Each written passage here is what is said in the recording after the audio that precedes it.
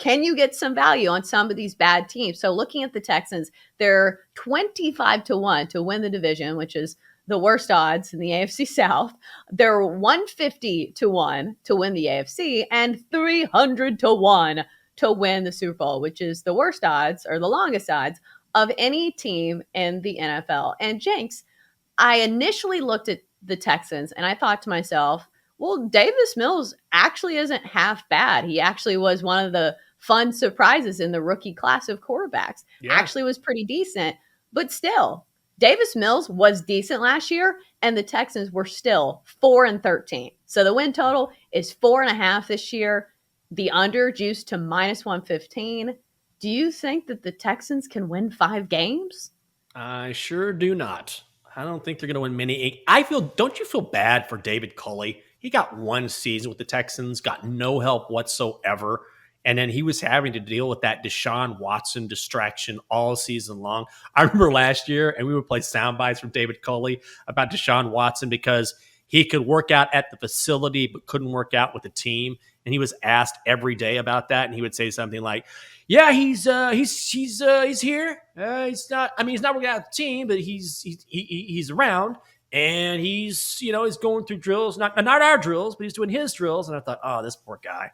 He's never had any offensive coordinator or defensive coordinator experience, no head coaching experience, and they're putting him into this role, and they're setting him up to fail. So now they bring in Lovie Smith to take over essentially the same team.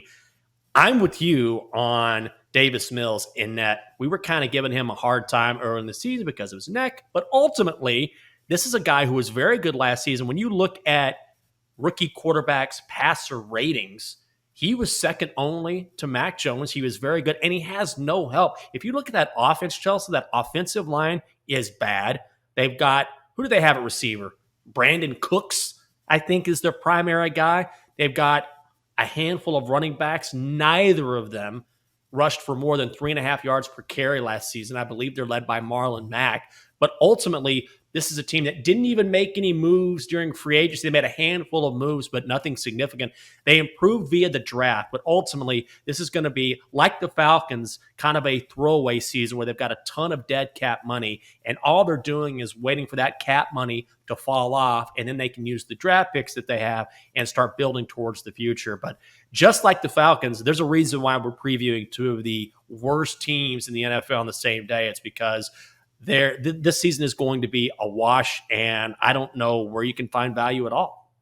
That's the problem. Even if you do think the Texans will be decent enough to win 3 or 4 games, the problem is you don't know if they're going to be tanking at the end of the season and if they're actively trying to lose games, because we've seen that from some of the cellar dwellers. And I was just trying to find the silver lining for this team. But like when it comes to the rankings by Pro Football Focus, they're last in the league in just about every category. So there's not a ton of upside when it comes to the Texans. I will say last year, they were 8-9 against the spread. So maybe the way you play the Texans is playing them against the spread when they are playing divisional opponents. Because if you remember, in some of those games against their fellow AFC South teams, they actually were covering numbers. If you remember, I think it was the final game of the season against the Titans. They covered that number pretty easily, almost won that game outright. So maybe you look at the Texans on a game-to-game basis, but as far as games or bets for the whole season, I don't think there's anything I like. No, there's nothing here.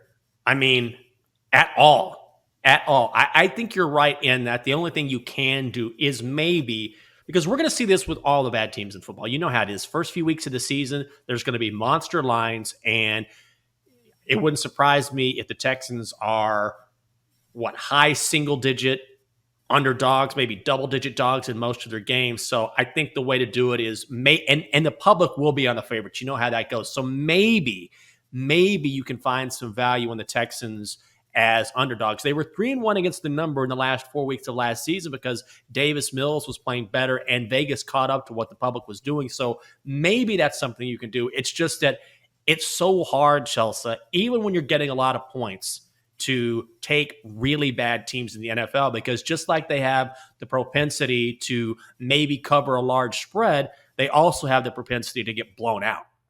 Oh, for sure. It's a bad team, and you kind of know that risk.